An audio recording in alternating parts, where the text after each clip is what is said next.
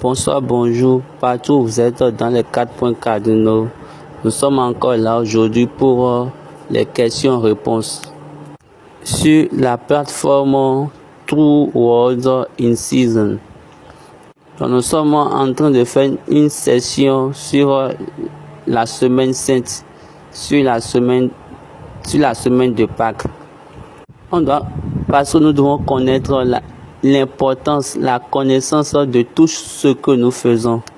Parce que nous ne devons pas faire ça comme les gens le font. Nous ne devons pas faire ça parce qu'on le fait. On doit connaître pourquoi nous voulons le faire. Parce que toute chose par rapport à Dieu, liée à Dieu, a sa valeur.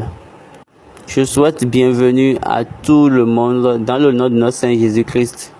Et j'aimerais prier que Dieu soit avec nous. Maintenant, prions. Après la prière, récitons notre Père et chantons 7 fois Alléluia. Bienvenue encore à tout le monde à cette séance spéciale. Sur cette bonne plateforme. D'autres personnes disent ce qui se passe dans les églises, on doit parler de ça. Et j'ai dit non. Ici, c'est une séance de questions-réponses ou bien une séance biblique. Je ne m'intéresse pas aux choses qui ne me concernent pas. C'est le point essentiel de cette plateforme. Mais plutôt d'enseigner la vérité. Et quiconque veut connaître la vérité ou bien veut apprendre la vérité doit maintenant l'apprendre de cette plateforme. Et maintenant, ils pourront poser des questions sur ce qu'ils ont appris à travers cette plateforme. Nous avons écrit questions-réponses. Mais je vous dis que les questions que vous devez poser doivent être les questions qui ont rapport avec les enseignements que je laisse sur cette plateforme. Que Dieu soit avec nous. Nous parlons de cette semaine sainte et cette semaine de Pâques. Nous avions déjà dit ce que la Bible dit par rapport à cette semaine. Combien de jours nous avons besoin, la résistance de cette semaine. On a parlé de tout ça là. La valeur de cette semaine.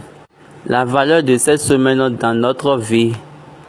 La valeur de la passion de notre Seigneur Jésus-Christ dans notre vie. On a aussi parlé des choses que Jésus-Christ doit faire nécessairement avant d'aller sur la croix. Et qui ne les faisait pas, sa mort sur la croix n'aura pas de sens. Il a besoin d'abord de mettre Israël en lui. Il a besoin d'abord de mettre Israël en lui-même. Donc il est parti à Ephraïm. Donc au retour en même temps, quand il vient à l'entrée de Jérusalem, on l'a déclaré directement le roi des Juifs. Donc il allait à Jérusalem depuis des années. Mais personne ne l'a jamais appelé le roi des Juifs. Mais à cette période-ci, parce qu'il est parti à Ephraïm et il a mis Ephraïm en lui. Celui qui avait le droit d'aînesse, le droit d'aînesse dans l'ancienne alliance. Donc il a besoin de celui-là, il a besoin d'ajouter, il a besoin de mettre celui-là en lui. Donc il devait aller là-bas pour prendre le droit d'aînesse. Lisons Chronique, 1er Chronique, chapitre 5, verset 2. Judas fut à la vérité puissant parmi ses frères, et de lui est issu un prince, mais le droit d'aînesse est à Joseph. Regardez, Judas a gardé la vérité, mais le droit d'aînesse est à Joseph. Donc c'est pourquoi il était parti à Ephraïm. Donc Jésus ou bien Judas est parti à Ephraïm pour prendre maintenant l'honneur du premier-né. Oui. Maintenant, nous avons constaté que quand il était parti à Ephraim, à son retour maintenant à Jérusalem, toute l'humanité l'a déclaré le roi des Juifs. Est-ce que vous voyez comment Dieu est merveilleux? Est-ce que vous voyez comment Dieu fait ces choses? Et après ça maintenant, il est monté sur l'âne. Que l'âne représentait toutes les charges de l'homme. Maintenant, on a dit le roi des Juifs s'est assis sur l'âne. Donc, il a pris maintenant toutes les charges de l'homme. Donc, il a pris toutes les charges, toutes les difficultés, tout ce qui est lourd pour l'homme maintenant, pour lui. Donc, le moment, quand il est devenu en même temps le roi des Juifs, ça veut dire quoi? L'homme a eu sa délivrance en même temps. Donc, l'homme est représenté symboliquement par l'âne. Parce qu'on avait dit que l'agneau serait remplacé par l'âne. Et après ça, maintenant, il a vu le figuier. Regardez bien la Bible, très bien. Donc, Marc 11, verset 11. Ça dit ceci. Jésus entra à Jérusalem dans le temple. Quand il eut tout considéré, comme il était déjà tard, il s'en alla à Béthanie avec les 12. Donc il regardait le temple, il considérait tout. Donc il n'a rien fait. Ça veut dire quoi? Il y a quelque chose en lui. Donc on a dit quoi? Il est en train de regarder tout le temple, en train de considérer tout, mais il n'a rien vu. Parce qu'il y a quelque chose en lui. Donc nous allons continuer. Le verset 12. Le lendemain, après qu'il fut sorti de Béthanie, Jésus eut faim. Apercevant de loin un figuier qui avait des feuilles, il alla voir s'il y trouverait quelque chose. Et s'en étant approché, il ne trouva que des feuilles, car ce n'était pas la saison des figues. La Bible a bien dit que ce n'est pas encore le temps des figues. Donc, cette partie, ça m'intéresse bien. Prenant alors la parole, il lui dit que jamais personne ne mange de ton fruit. Et ses disciples l'entendirent. Donc, si Jésus n'avait pas détruit, n'avait pas maudit le figuier, aucun de nos péchés ne pourrait pas être vu. Donc, ce figuier représentait quelque chose qui couvrait le péché, bien les péchés de l'homme. Donc, ça couvre le péché de l'homme. Donc, là on ne peut rien voir. Et il ne peut aussi rien voir là. Donc, regardez bien, Jésus-Christ venait dans ce temple. Quand il avait 12 ans, il venait. Quand il enseignait, il venait. Quand les docteurs lui posaient des questions, il venait. Il venait à chaque fois dans ce temple. Mais il n'a jamais vu, il n'a jamais réagi de la sorte. Donc, il n'a jamais vu ce qu'il est en train de voir et le jour là. Donc, pour parfaire le temps, en évoluant dans le temps, le figuier représentait quelque chose qui couvrait le péché de l'homme. Parfois, d'autres personnes disent Jésus est venu pour. Tout ce que je sais est que Jésus est venu pour l'homme. Dieu a dit quelque part dans la Bible que tout esprit doit confesser que Jésus est venu en chair. Donc, lisons Jean 1, chapitre 4, à partir du premier verset. Bien-aimés, n'ajoutez pas la foi à tout esprit, mais éprouvez les esprits pour savoir s'ils sont de Dieu, car plusieurs faux prophètes sont venus dans le monde. Reconnaissez à ceci l'Esprit de Dieu. Tout esprit qui confesse Jésus-Christ venu en chair est de Dieu. Donc, le verset 3 disait, Et tout esprit qui ne confesse pas Jésus n'est pas de Dieu. C'est celui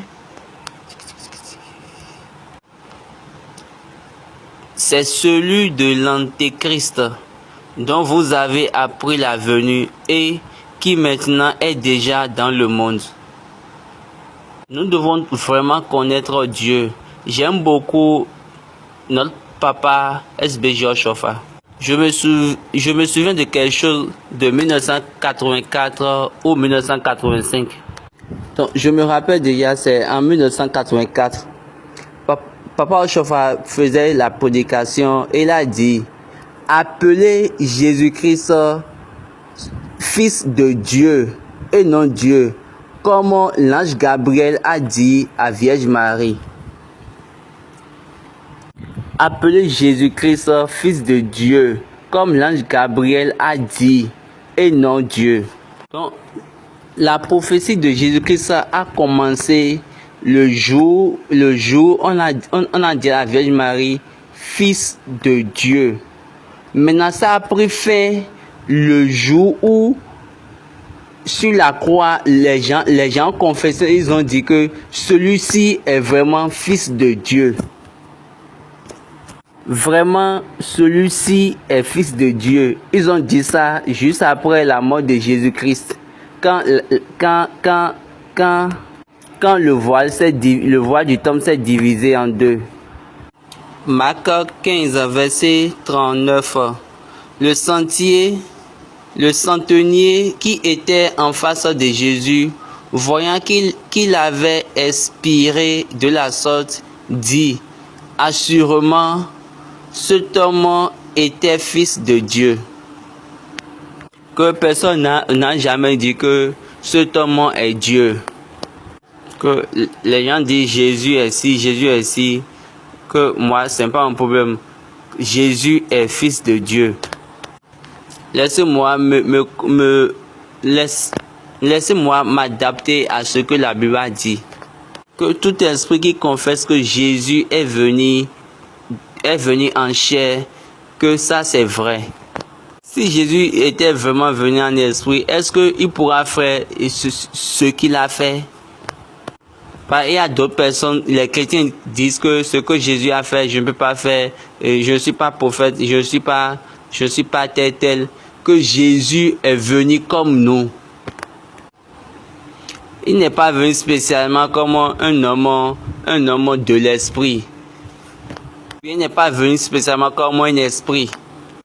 S'il était venu en esprit, à chaque fois quand on sera en train de lui donner des coups de poing, dans ses mains ou bien dans ses pieds, en même temps qu'on lui donne, Dieu même aussi va sentir les douleurs. Et également quand on sera en train de lui mettre les coups de pointe dans ses mains, le sang ne peut pas sortir parce que le sang n'est pas dans l'esprit. Ou bien parce que l'esprit n'a pas de sang. Vous savez bien que l'esprit n'a pas de sang. Donc s'il était vraiment venu comme Dieu, ou bien en esprit, quand les gens étaient en train de le taper, c'est quoi? Ils seraient en train de rire seulement. En train de rire seulement en disant: vous ne connaissez rien. Parce qu'il va juste leur dire: si vous savez que moi je suis Dieu, vous êtes en train de perdre votre temps pour me taper. Parce qu'en me tapant, moi je ne vais rien sentir. Mais regardez, quand tapait Jésus, Jésus pleurait, il criait. Donc les coups qu'il recevait, il criait, il pleurait, il gémissait parce que c'est un homme. La Bible a bien dit, il est venu comme fils de Dieu et non comme un ange. Que les anges sont créés par l'esprit. Les gens sont en esprit. Deux personnes l'appellent l'ange, que c'est pas ça. Donc c'est ce que Adam devait subir, que Jésus est en train de subir actuellement.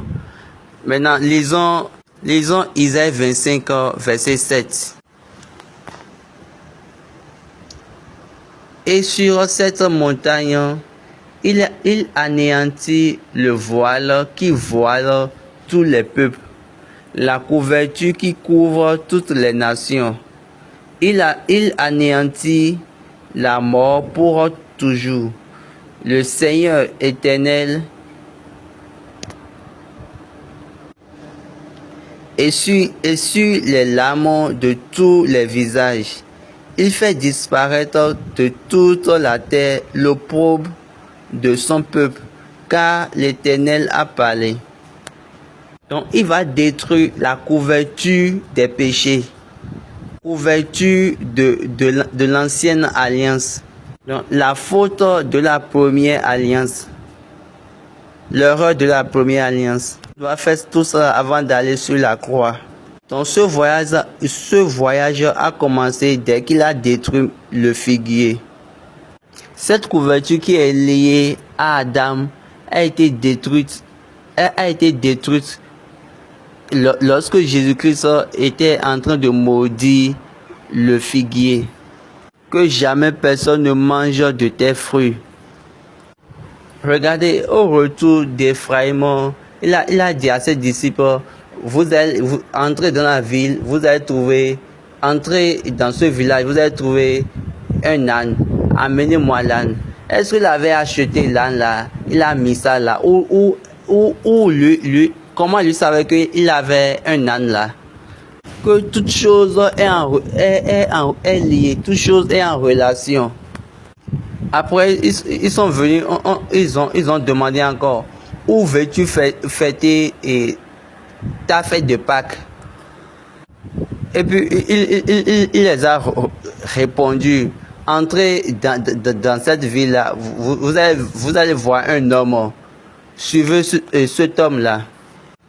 Comment on va trouver un bon homme sur cette terre, alors que lui, qui est le maître, il avait dit que il n'y a aucun bon homme sur cette terre.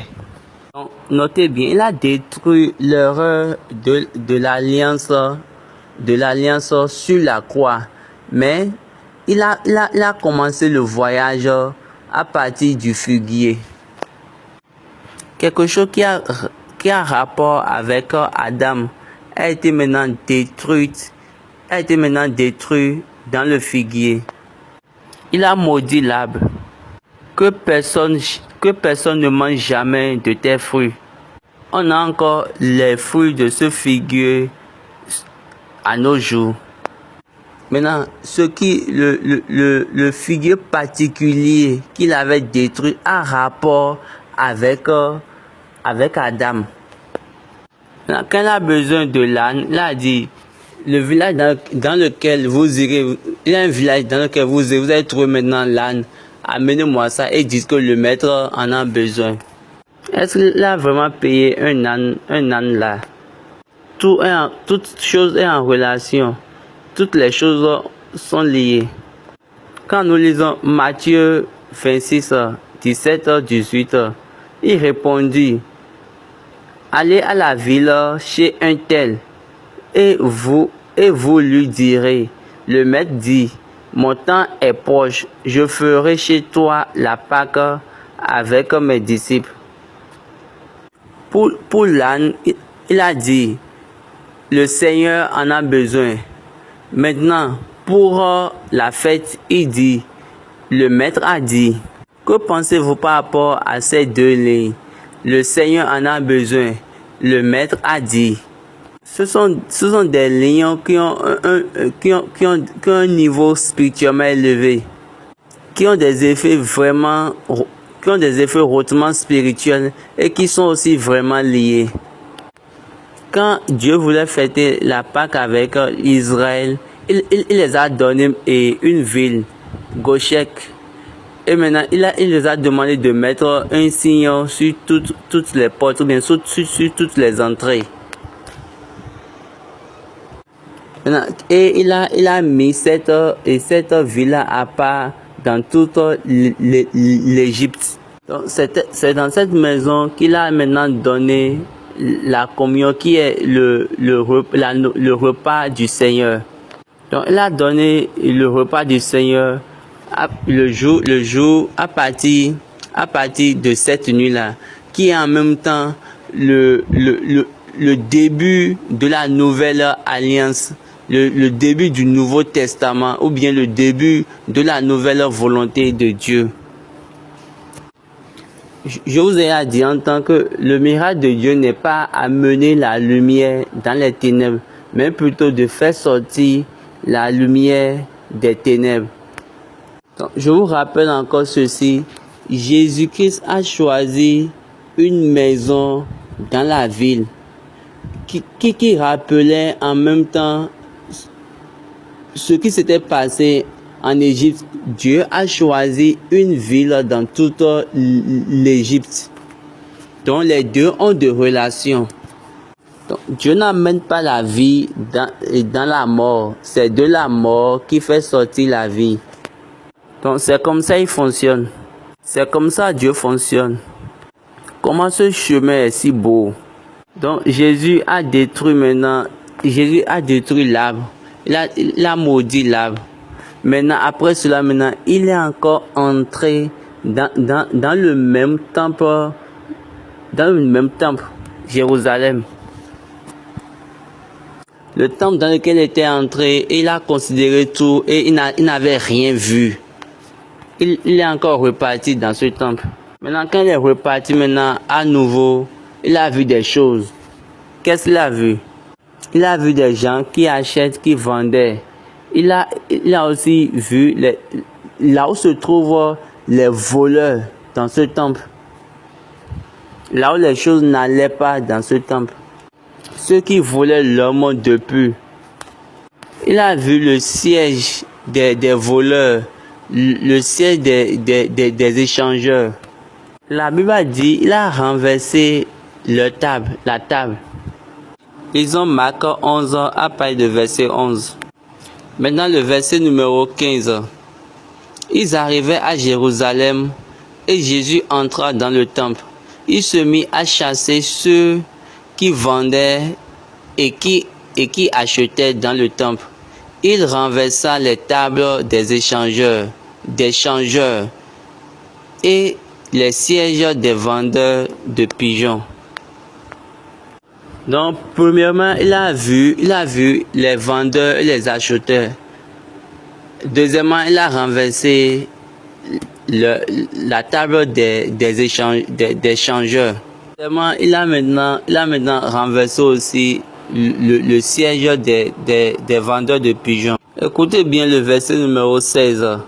Et il ne laissait personne transporter aucun objet à travers le temple. Est-ce que vous avez pensé par rapport à ça? Qu'il a été écrit également que ma maison sera une maison de prière. Que cette semaine, le travail de cette semaine a été déjà écrit. Le travail de cette semaine a été déjà écrit. Par rapport à toi, il n'y a pas quelque chose qui a été écrit par rapport à toi. Je vois la Bible vraiment très compréhensible. Mais plusieurs n'arrivent pas à comprendre, n'arrivent pas à rester dans le contexte de la Bible. Je me rappelle de Isaïe 8, verset 3. Je m'étais approché de la prophétesse, elle conçut et elle affanta un fils. L'Éternel me dit, donne-lui pour nom Shalal.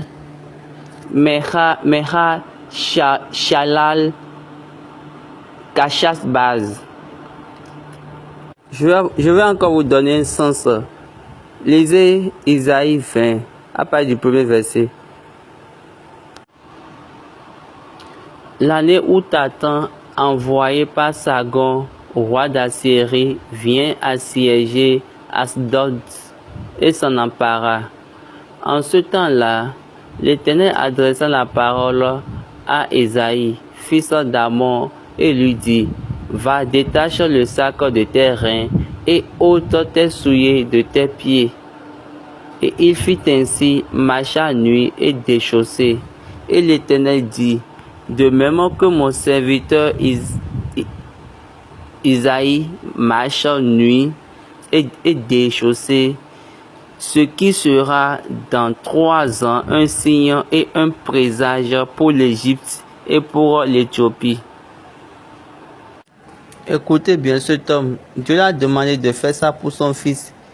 Et si Dieu l'a demandé de faire ça pour son fils, ne va-t-il pas faire cela? Il faut comprendre la Bible. Ne vous embrouillez pas, mais gardez l'essentiel. Quand Jésus était entré dans le temps, il a vu les choses, il les a renversées, il les a renvoyées.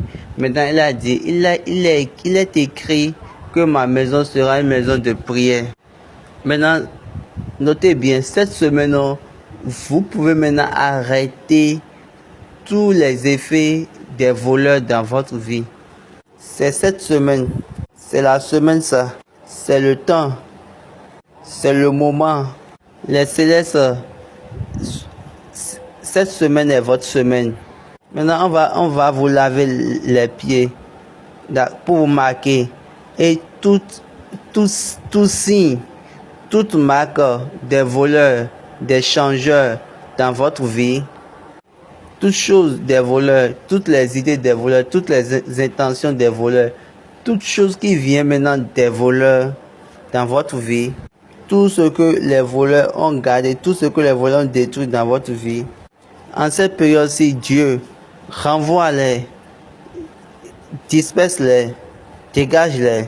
Même la table et les sièges ne pourront jamais rester encore en vous.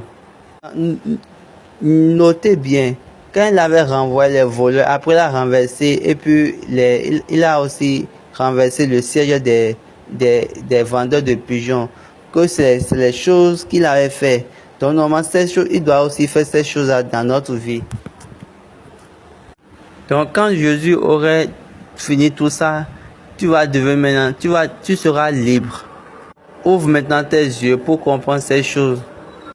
Est-ce que vous avez noté ceci? Barabbas et Jésus-Christ devant Pilate.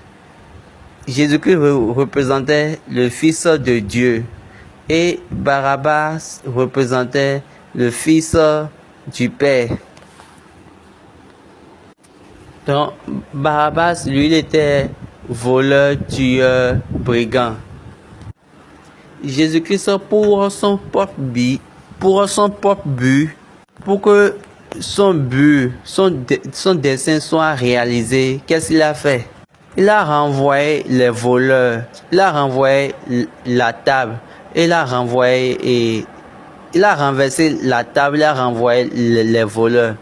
Maintenant, à cause de son but, il a dit, maintenant, tes péchés, vol, tueur, renverse ça sur moi.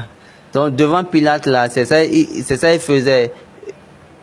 Barabbas était voleur, bandit, toujours. Donc, tout ce que Barabbas était, on a renversé ça sur Jésus-Christ. Donc, c'est le rôle qu'il a joué dans le temple, ça. Donc, il a pris tout ça là chez Barabbas. Donc, Barabbas a été, donc on a laissé Barabbas. Donc, on doit savoir que les échangeurs, les changeurs, les bandits, les voleurs sont toujours dans l'homme, sont toujours dans la vie de l'homme. Même les voleurs, les échangeurs, c'est encore venu et après la mort de notre Seigneur Jésus-Christ sur la croix, c'est encore venu. Les échangeurs, c'est encore venu là. Lisons Matthieu 28, verset 15. Les soldats prirent l'argent et suivirent les instructions qui leur furent données. Et ce bruit s'est répandu parmi les Juifs jusqu'à ce jour. Donc là, on va aussi constater que les échangeurs, les voleurs sont venus maintenant aussi dans la vie des hommes. Également sont entrés aussi dans la bonne nouvelle. Je suis en train de parler maintenant du but de Jésus-Christ.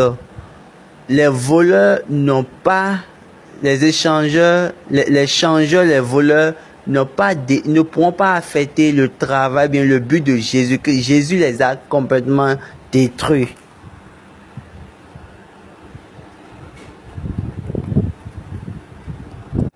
Maintenant, toi, tu vas te concentrer sur quoi dans ta vie? Est-ce que tu as vu les effets des voleurs dans ta vie? Est-ce que tu as constaté qu'il y a des choses qui ne vont pas dans ta vie? Si c'est le cas, il faut savoir que maintenant c'est ton temps. Je suis en train de rappeler rapidement les grandes lignes. Et à la cinquième position, il a rencontré la femme. Celle qui a été désignée pour le oint. Donc, elle lui a donné l'onction pour que tout ce pourquoi Jésus-Christ était venu va maintenant tomber maintenant sur sa tête.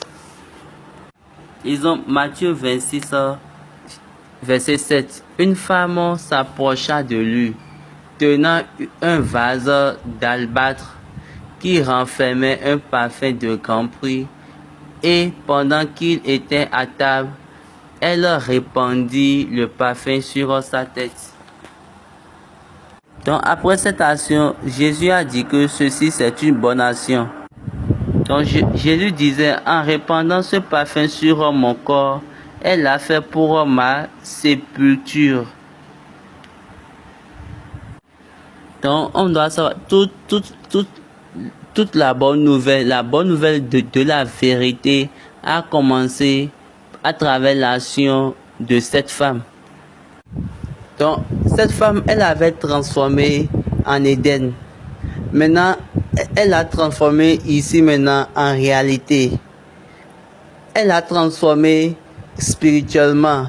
Elle avait transformé spirituellement. Maintenant, elle a maintenant transformé maintenant physiquement. Si cette femme n'a pas oint Jésus-Christ, je vous dis, c'est une perte pour Jésus-Christ de mourir. C'est juste qu'il doit mourir, mais il doit mourir pour nos péchés. Donc, elle a mis maintenant tous nos péchés sur sa tête. La femme a fait la bonne chose. Que Dieu soit avec nous. Nous devons bien parler de ces choses pour que tout le monde puisse comprendre ces lignes. D'autres jeûnent, d'autres lavent les pieds, d'autres prennent de communion. Que toutes ces choses-là sont ensemble. Et c'est encore commencé, ça avait commencé depuis le temps d'Abraham. Abraham a lavé les pieds. On a lavé les pieds à Abraham. Et également, Abraham a mangé. Lisons Genèse 18, verset 3. Partie du verset 3. Et il dit, Seigneur, si j'ai trouvé grâce à tes yeux, ne passe point, je te prie, l'un de ton serviteur. Permettez-moi qu'on apporte un peu d'eau pour vous laver les pieds et reposez-vous sous cette table. Le verset numéro 5. J'irai prendre un morceau de pain pour fortifier votre cœur. Après quoi, vous continuerez votre route, car c'est pour cela que vous passez près de votre serviteur. Il répondit, fais comme tu l'as dit. Donc là, il les a donné, ils ont montré à Abraham le lavement des pieds et la communion. Le principe, lave tes pieds et mange. Maintenant, en Égypte, Dieu n'a pas dit aux Israélites, avant de fêter la Pâque, laver les pieds. Mais pour Abraham, les trois personnages, le Père, le Fils et le représentant des anges, quand ils étaient venus visiter Abraham, ils l'ont visité pour lui donner le principe que nous sommes en train d'utiliser actuellement. Ce principe qui retrace maintenant le Nouveau Testament, la nouvelle volonté ou la bonne nouvelle où les voleurs ne pourront plus voler dedans. Où la force des voleurs ne pourront plus avoir d'effet. Quand tu crois et tu travailles selon ce que j'enseigne cette semaine, c'est quoi? Il n'y aura plus de péché en toi. Fais tout possible pour que le travail de Jésus-Christ, de cette semaine soit vraiment effectif dans ta vie. Pour que à la fin de cette semaine, les voleurs n'auront plus accès dans ta vie. Au nom de notre Seigneur Jésus-Christ. Maintenant, répondons aux questions posées. Je vous ai dit des choses par rapport à cela. Concernant le corps, il y a Tikulitashina. Concernant le sang, il y a Fi Ami à nous.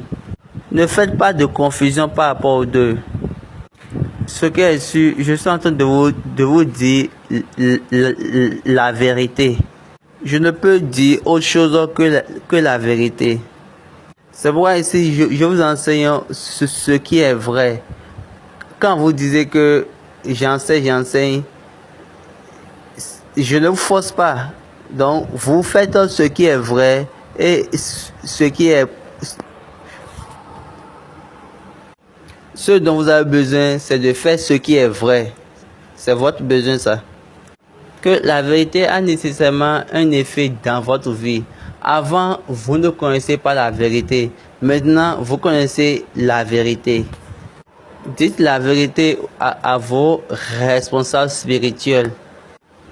Plusieurs personnes sont devenues chargées responsables spirituels après 2000, après les années 2000. Il y a peu les anciens qui ont travaillé avec Papa Oshofa comme ça. C'est rarement, il y a peu les chargés autant de Papa Oshofa comme ça. Donc, la plupart des responsables spirituels maintenant, ils ne connaissent pas ça. Maintenant, vous connaissez ça. Il faut les aider à connaître également.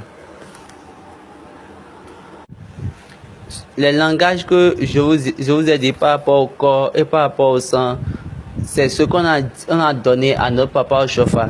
Plusieurs d'entre eux ne savent pas ça. Vous savez maintenant. Il faut les informer par rapport à ça. Vos charriers vous vont dire comment un frère est en train de vous enseigner. Si tu n'es pas en accord avec moi, tu peux être en accord avec ton charrier. Donc, il faut laisser ton charrier te dire maintenant le meilleur, le bon. Mais je sais qu'ils ne connaissent pas et ils ne connaissent rien. Maintenant, ceux qui ne connaissent pas, ils vont te dire, ceux qui ne connaissent pas cette vérité, ils vous diront des choses fausses. Je vous le dis en vérité. Quelqu'un a posé des questions pour savoir pourquoi nous allons au cimetière. Donc, lisons plutôt Matthieu 28 à partir du premier verset. Le verset numéro 6 dit: il n'est point ici, il est ressuscité. Comme il avait dit, venez, voyez le lieu où il était couché. Venez, voyez le lieu, c'est une instruction. Ce n'est pas un conseil, c'est une instruction, c'est un ordre.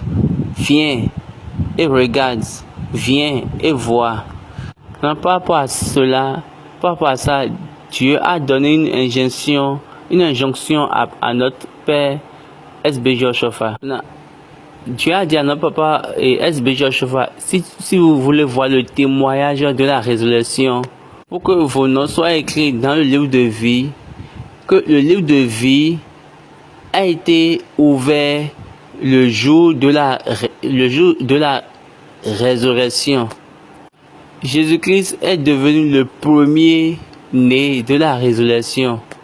Le premier-né de la résurrection parmi tous les premiers-nés.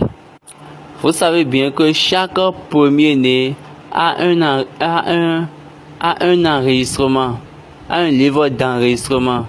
Maintenant, concernant Jésus, son livre d'enregistrement, c'est ça qui est le livre de vie. Et il est le premier dont son nom a été écrit dans le livre de vie. Ce qui signifie que l'homme quitte la mort, grâce à lui. Maintenant, quand nous allons prendre le livre de la mort, Adam est le numéro 1, la première personne dont son nom a été écrit dans le livre de la mort. Maintenant, quand on va prendre le livre de la vie, Jésus-Christ est la première personne dont on a écrit son nom dans le livre de la vie.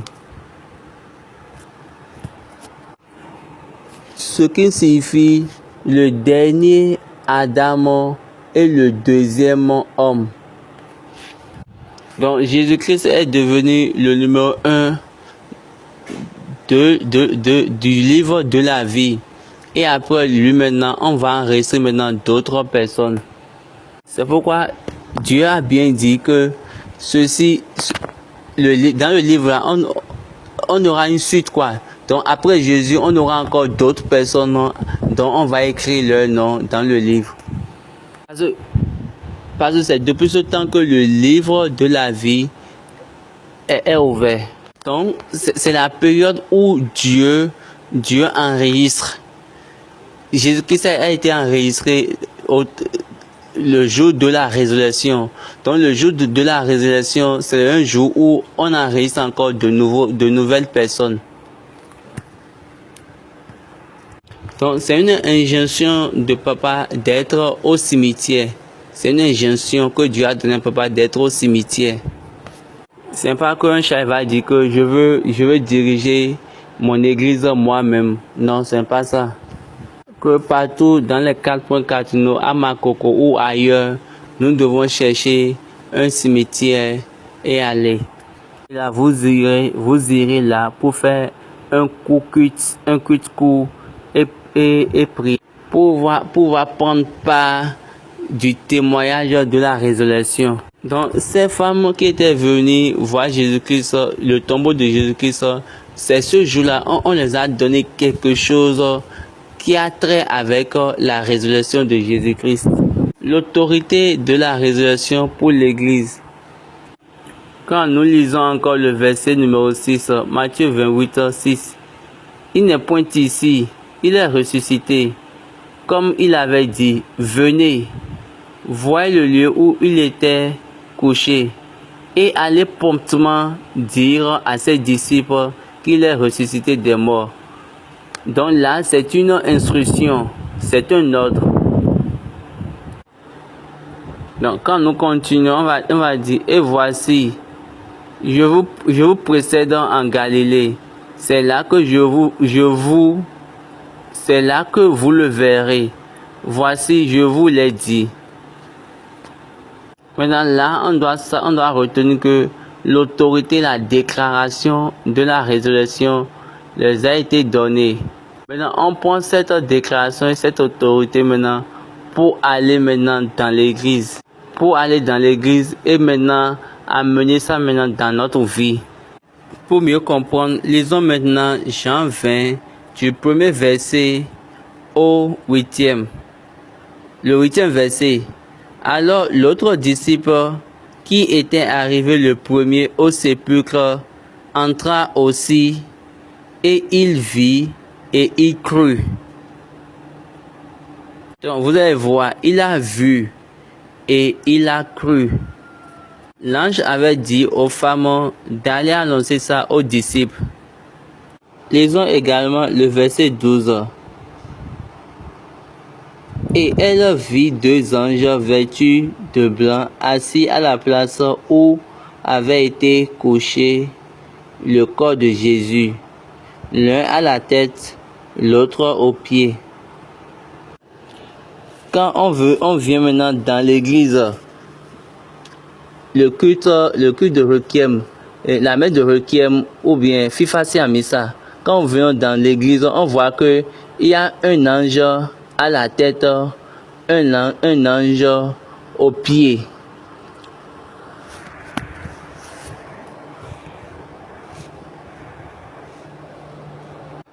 Il faut lire ces choses et croire. Maintenant, la vérité est que les femmes, ils ont d'abord vu la résurrection avant de croire. C'est la femme qui a oint Jésus-Christ. C'est encore la femme qui a vu Jésus-Christ en premier lieu après sa résurrection.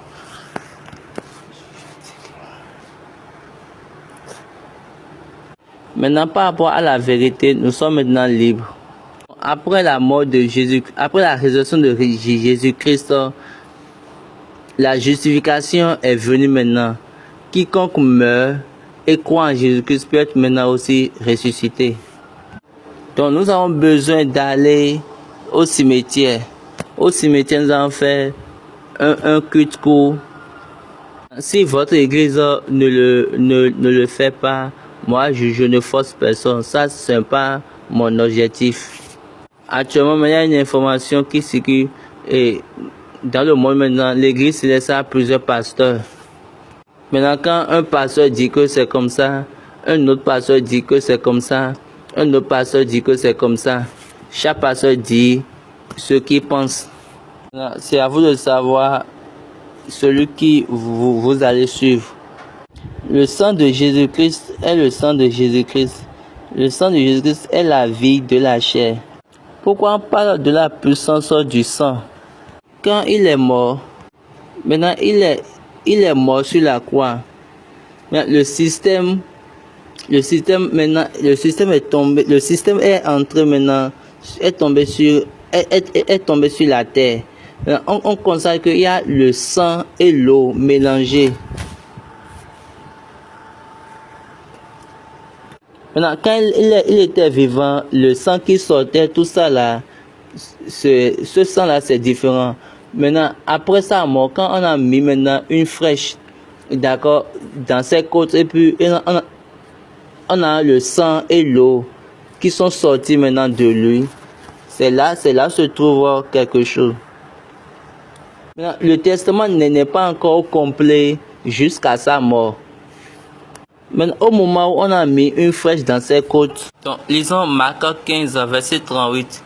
Le voile du temple se déchira en deux, depuis le haut jusqu'en bas.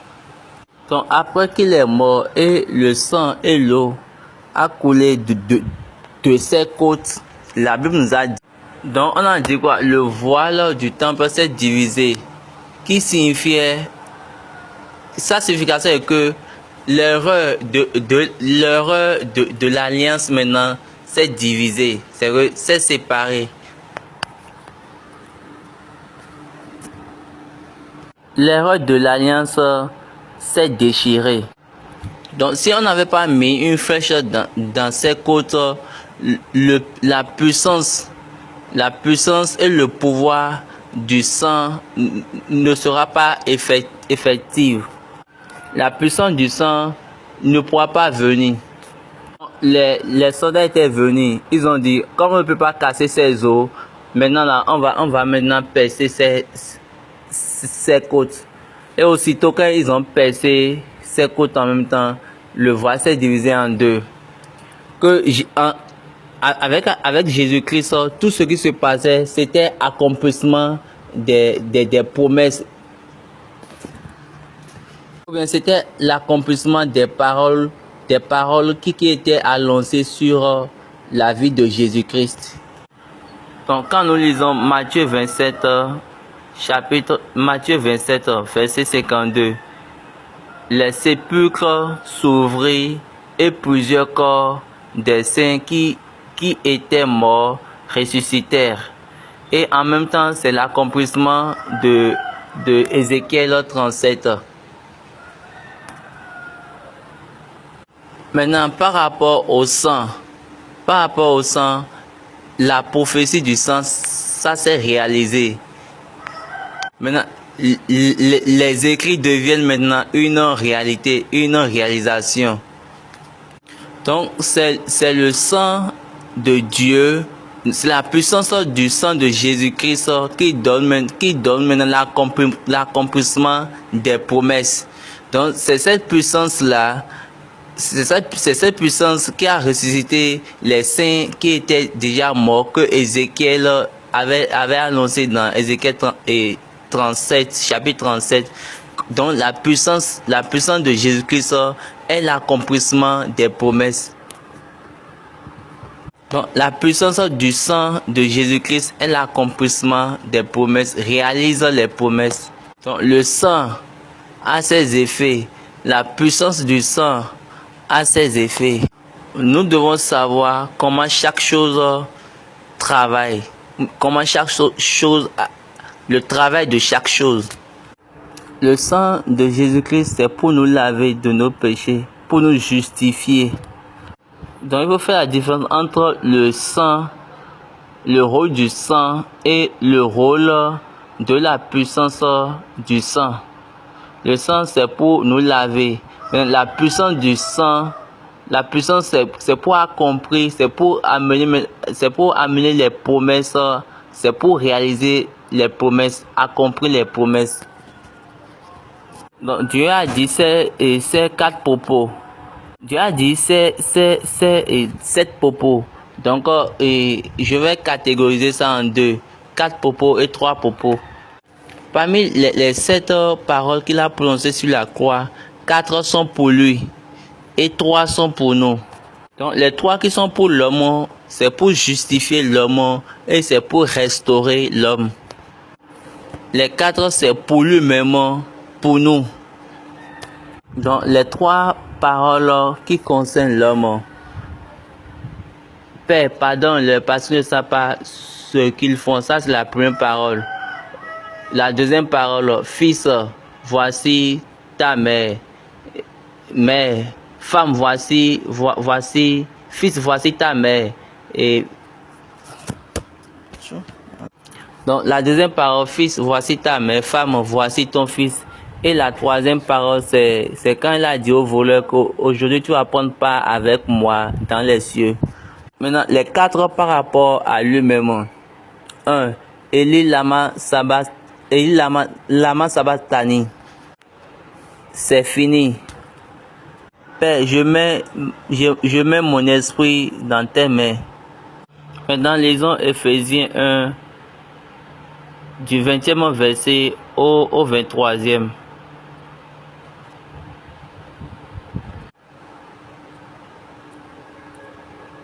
Il a déployé en Christ en le ressuscitant des morts et en le faisant asseoir à sa droite dans les lieux célestes, au-dessus de toute domination, de toute autorité, de toute puissance, de toute dignité et de tout nom qui se peut nommer, non seulement dans le siècle présent, mais encore dans le siècle à venir.